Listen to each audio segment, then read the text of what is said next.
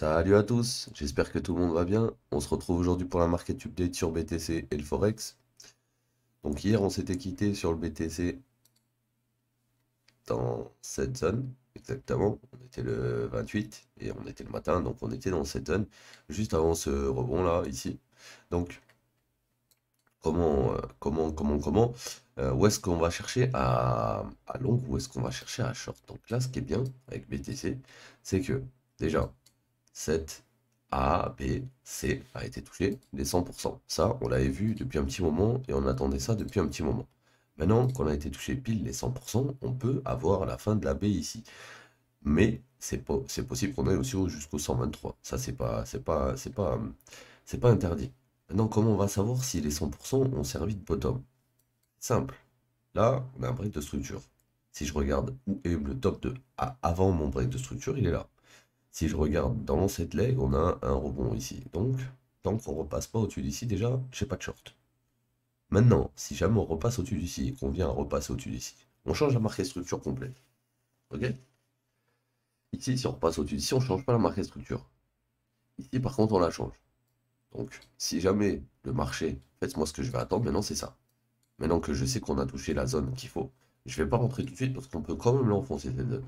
Par contre, si on monte, on commence à casser ici, le début de ce mouvement-là, ça sera mon entrée pour ensuite.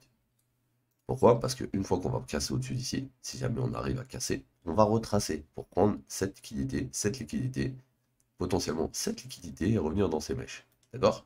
Donc du coup, on attend le break de structure.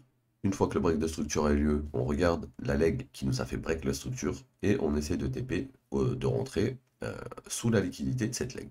Ok? Donc là, éventuellement, deux possibilités. Aujourd'hui, si on repasse au-dessus d'ici, j'aurai un long dans cette zone.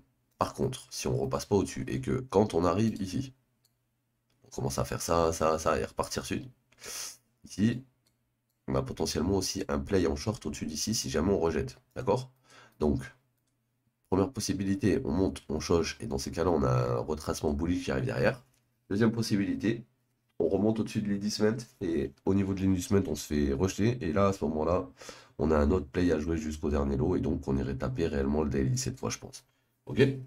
Parce que là, pour le moment, on a un daily à 433. On est venu l'effleurer, enfin, on est venu à 456, mais on n'a jamais touché le daily. Donc, à voir. Par contre, dites-vous un truc, c'est que tant qu'on n'a pas repris ça, je doute qu'on reparte une. Dans tous les cas, parce qu'on a repris cette petite liquidité, mais elle sert à rien là. Cette liquidité, si on veut repartir sud, elle est primordiale. Et cette liquidité, si on veut continuer à monter, elle est primordiale aussi. Ok? Donc deux possibilités, soit un short au-dessus d'ici, soit un long une fois qu'on aura passé cette zone et qu'on sera retracé. Donc maintenant, on va aller faire un tour sur l'euro USD. Alors l'euro USD. L'euro USD, depuis tout ce temps, il était dans ce range, il est venu prendre la liquidité et puis il a retracé. Quand il a retracé, il n'a pas créé de nouveau plus bas et là, il essaie de remonter. Donc, je pars du principe que ça, c'était une A et que là, on est en train de former une B qui monte en 3, comme ça. Un, 2, 3. Alright? Donc, si on monte en 3, ma zone des 100-123, elle est là. Donc, petite alerte ici.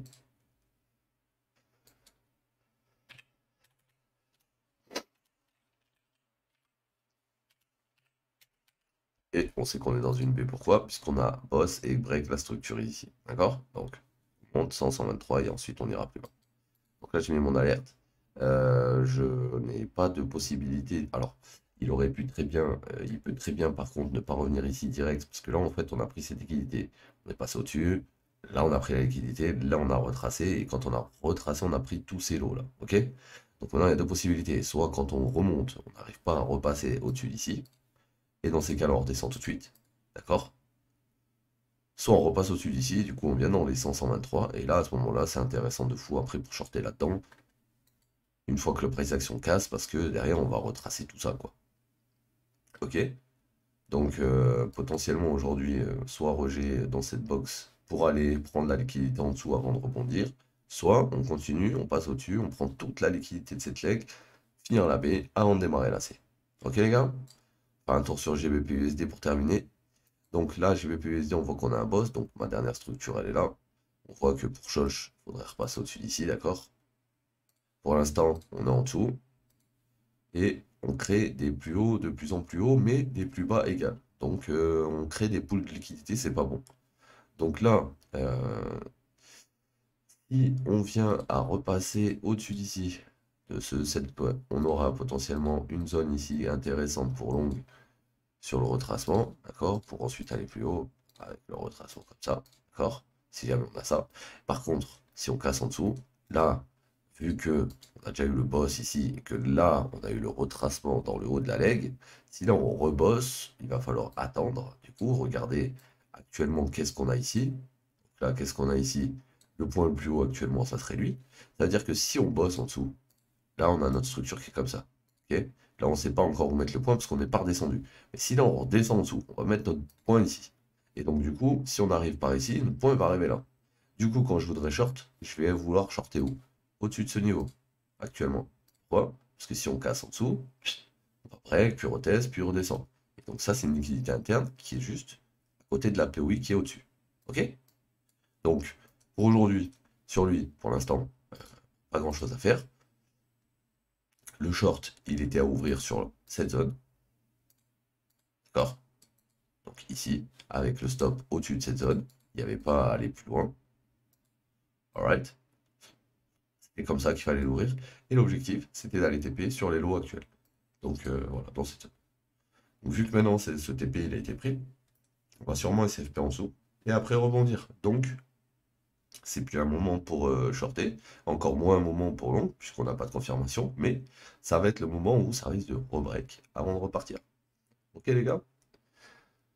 Donc voilà, c'était la petite market update d'aujourd'hui. J'espère qu'elle vous aura aidé un petit peu. Je vous dis à demain. N'oubliez pas de passer sur le Discord pour le giveaway. Il y a toujours les 50 € à gagner toutes les semaines. Voilà, il reste plus beaucoup de place aussi pour le challenge de janvier. Donc n'hésitez pas à venir sur notre Discord pour vous renseigner à propos de toutes ces petites choses.